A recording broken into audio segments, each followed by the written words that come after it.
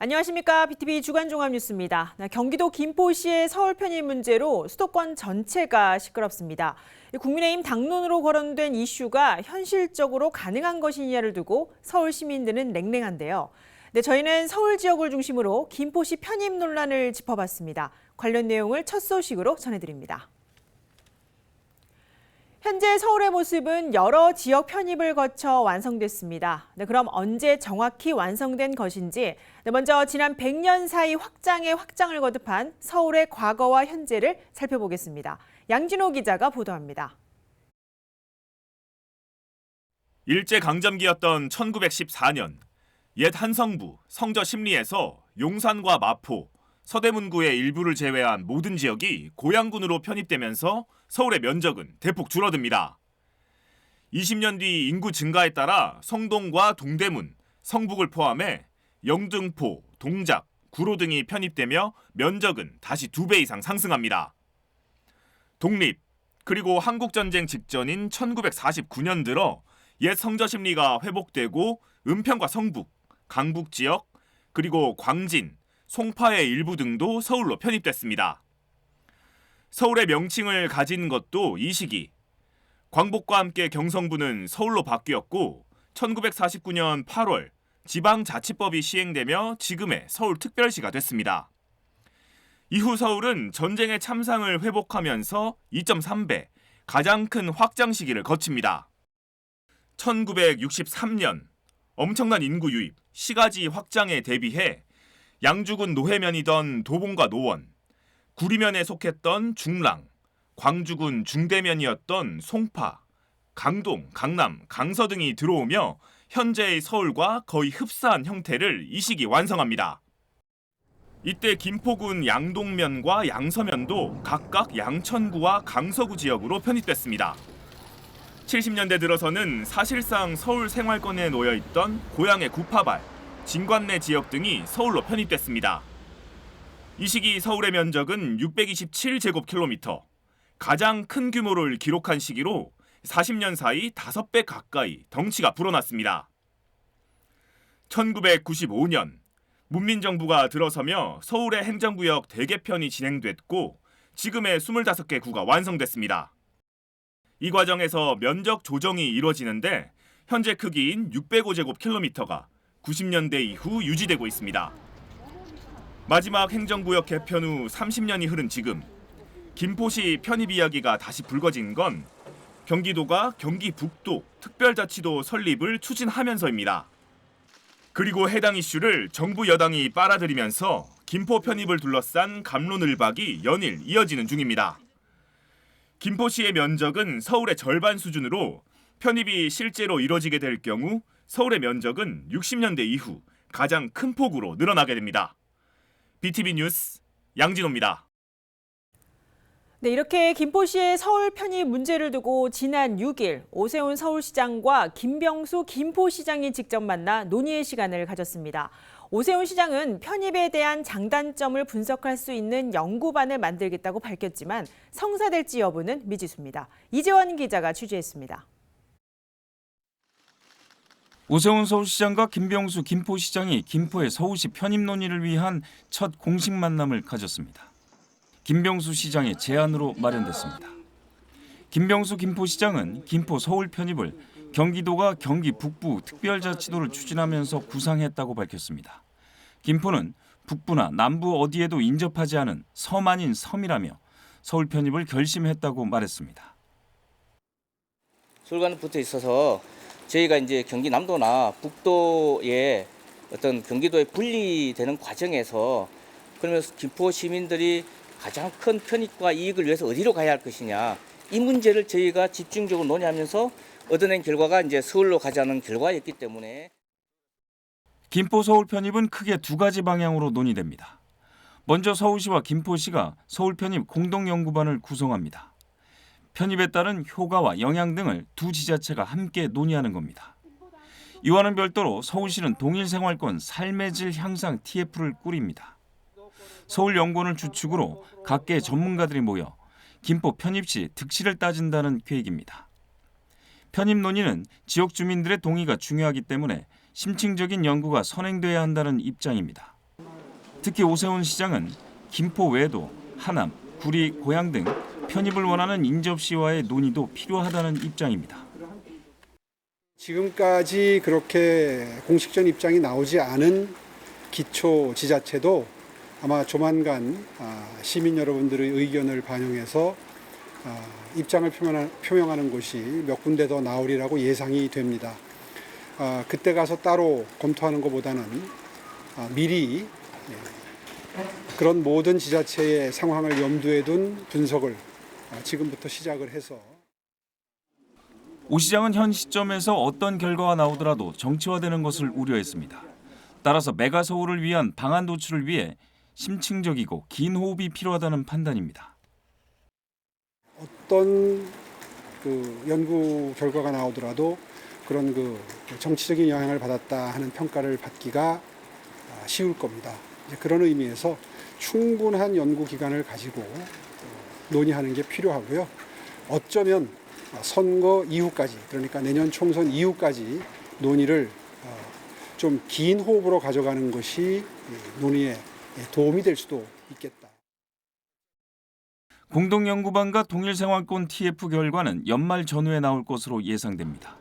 서울 시민에게 동의나 의견을 수렴하는 과정은 그 후에 이루어질 전망입니다. 쓰레기 매립지와 관련해서 오 시장은 김포에 있는 사매립지와 교통 인프라를 맞교환하는 형태는 없을 것이라고 못 박았습니다. 이외에 지하철 5호선 연장과 수상교통인 리버버스는 물론 그레이터 한강 확대 등 김포 편입 시 서울시가 활용할 수 있는 방안들이 함께 논의됐습니다.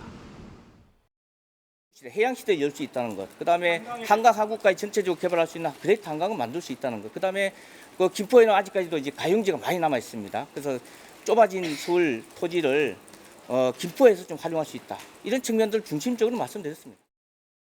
하지만 김동연 경기도지사와 유정복 인천시장이 강하게 반발하고 있는 상황이어서 향후 김포 편입에 대한 논의 절차가 어떤 방향으로 진행될지 지켜볼 대목입니다.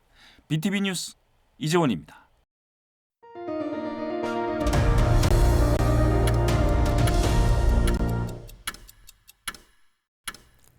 네, 이어서 자치구 소식으로 서울 동부권 이슈를 진단합니다.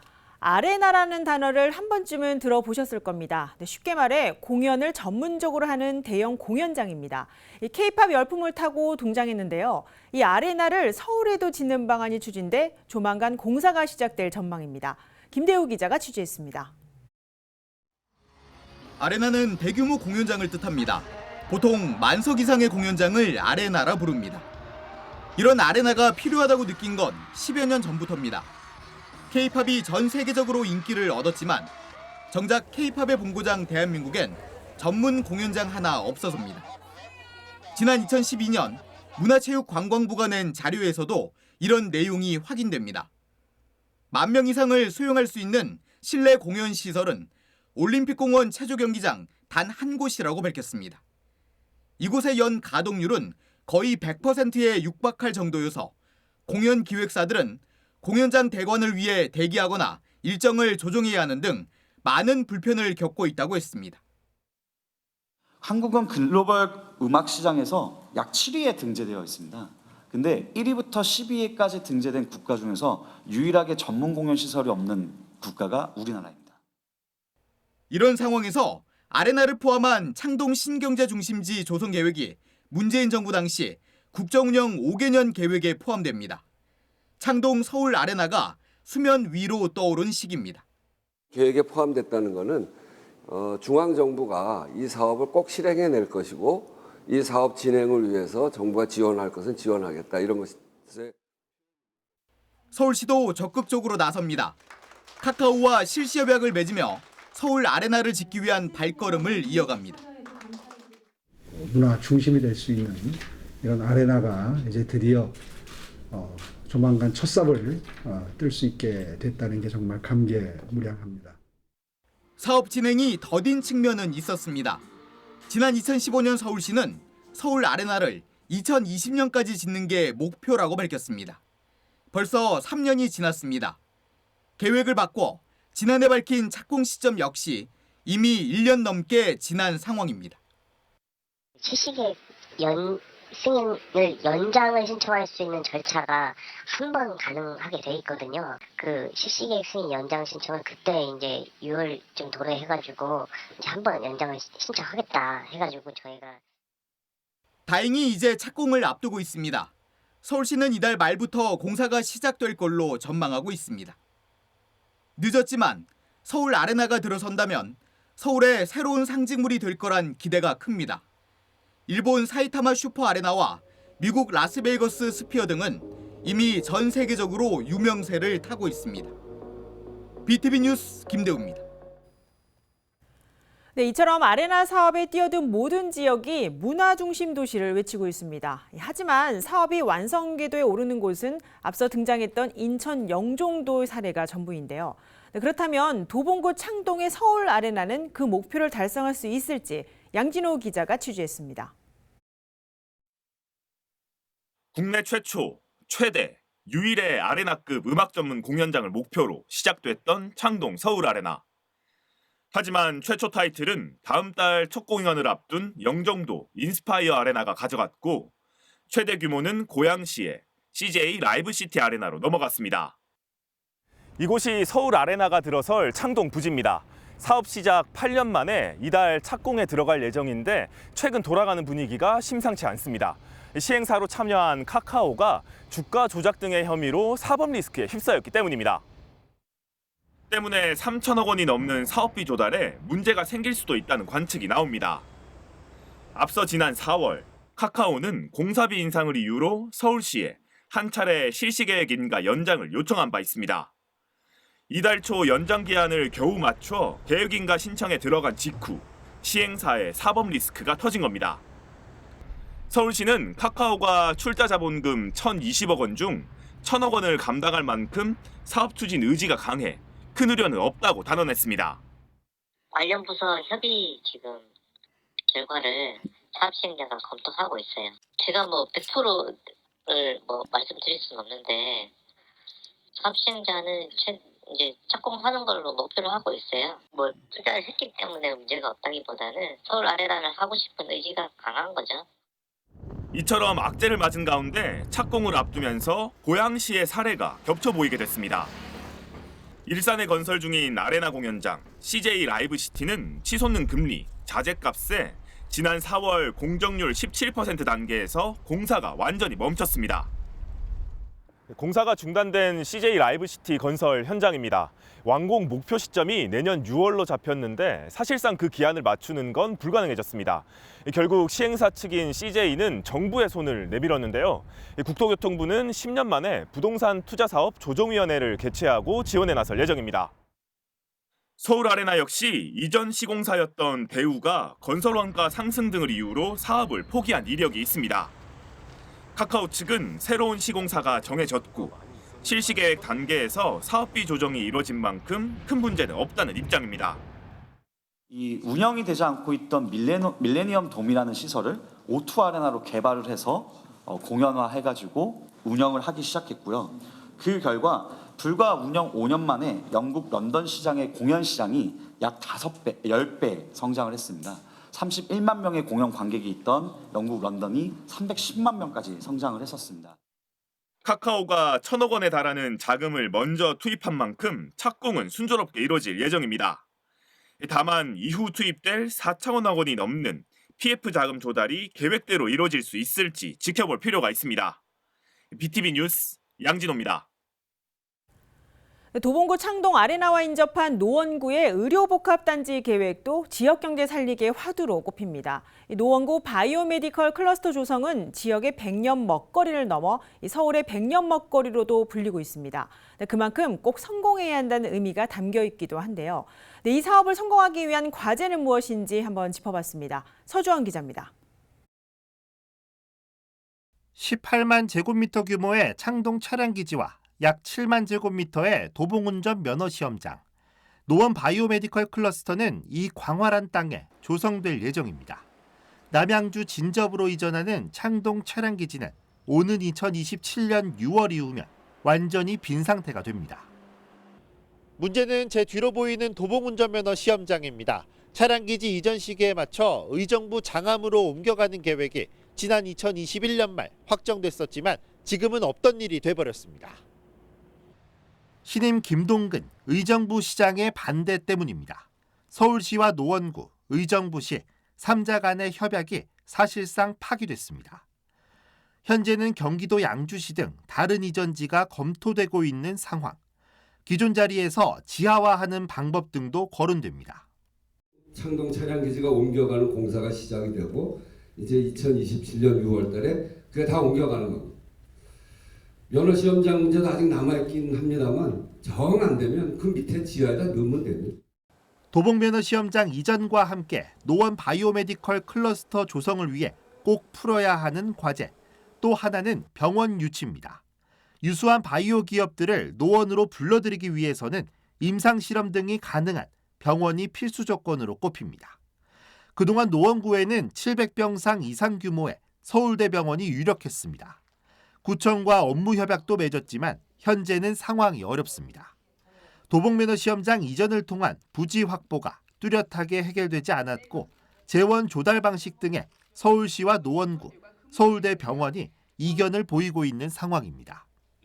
병원이 하나 들어왔으면 좋겠는데 마침 서울대 병원 내에서 여기를 오겠다고 왔고 그 과정이 그건 물론 도봉면허시험장 이전한다는 전제하에서 왔는데 지금 그게 안 되니까 서울대 병원도 다시 고민하고 있는 상황인데 때문에 이제는 꼭 서울대병원이 아니어도 된다는 목소리도 나옵니다.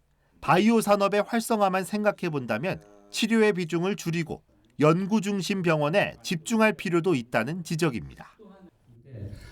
지금 상황으로 서울과 서울대가 과연 여기 올 수 있는 가능성이 있을까? 치료도 물론 중요하긴 하지만 치료보다는 여기서 갖고 있는 여러 가지 기술들을 임상할 수 있게 그걸 좀 지원할 수 있는 게 어떻겠느냐. 서울대병원이 알아서 바이오 클러스터를 키우라고 하면 키울 겁니다.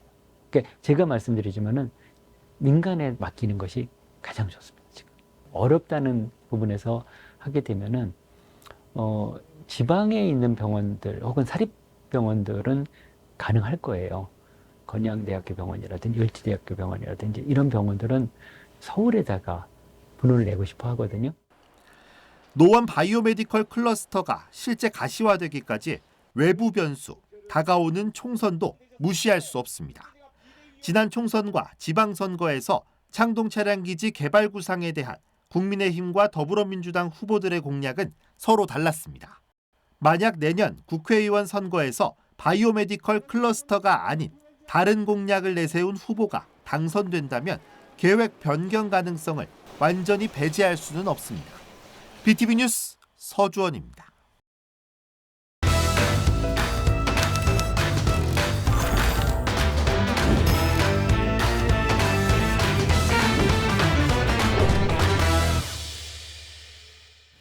교육의 주체가 전하는 학부모 수첩입니다. 최근 서울시 교육청이 법원에 제소한 생태 전환교육 활성화 및 지원 조례 폐지가 대법원 판결 전까지 효력 정지됐습니다.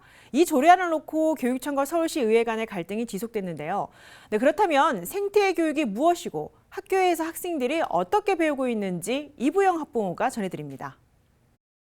기후위기뿐만 아니라 코로나19 등의 전 세계적 유행도 환경 파괴에 의한 자연 생태계의 교란에서 원인을 찾을 수 있습니다. 이러한 지구의 위기는 우리의 삶을 위협하고 있습니다. 안녕하세요. 저는 동작구에서 환경활동을 하고 있는 학부모 이보영이라고 합니다. 반갑습니다. 저는 2014년부터 학부모가 되어서 학부모에서 활동을 해왔는데요. 아이들이 졸업, 또 전학, 또는 코로나 같은 다양한 이유로 학부모의 활동에 한계가 있더라고요. 2022년부터 지역에서 조합을 만들어 지역 주민들과 아이들과 환경에 대해서 공부하고 활동하다 보니 자연스럽게 생태 전환 교육에 대해서 알게 되었습니다. 또 지금 지역에서 각급 학교에서 생태 교육을 진행해 왔는데요. 그러던 중에 생태 전환 교육이 잘 되고 있는 학교가 있다고 해서 소개해 보려고 합니다. 저와 함께 가보실까요? 동옥중학교는 서울시 교육청에서 생태전환 교육 연구학교로 지정이 되어 여러 가지 생태교육 프로그램을 운영하고 있습니다. 생태환경과 체육이 밀접한 관련이 있으며 올바른 걷기 동작을 안다. 특히 아이들이 직접 플로깅 브이로그를 기획하고 실천하고 또 편집까지 하면서 활동을 완성해가는 경험이 인상적이었습니다.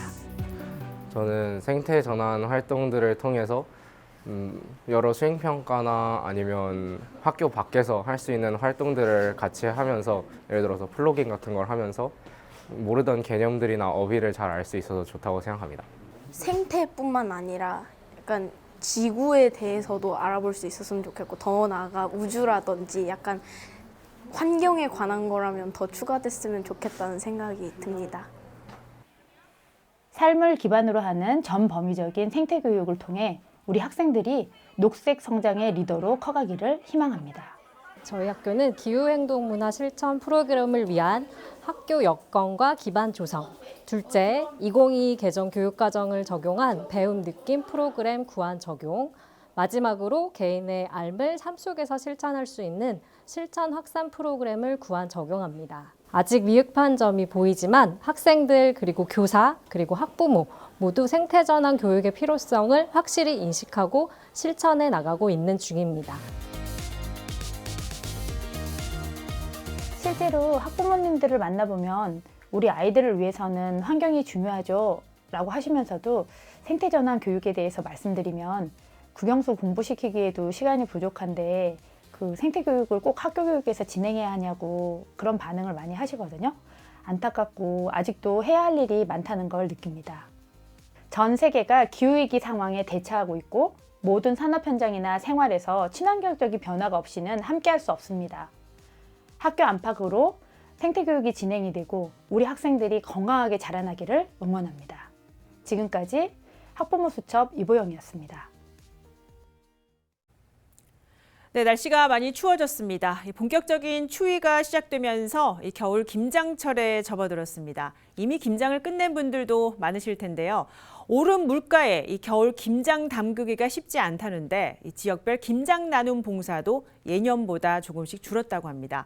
네, 그래도 월동 준비 정통인 김장 나눔으로 또 이웃과 정을 나누는 문화가 지속될 수 있는 여유는 필요하지 않을까 싶습니다.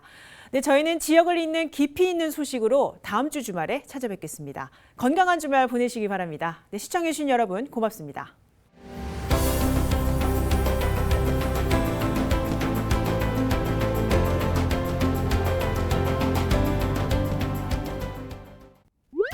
BTV 뉴스를 더 많이 보고 싶으시다면 여기 구독 버튼을 눌러주세요. 추천 영상도 누르면 바로 재생됩니다. 또 다양한 서울 소식을 보고 싶으시다면 휴대폰에서 가지 앱을 다운로드해보세요. 저희 BTV 뉴스를 시청해주셔서 감사합니다.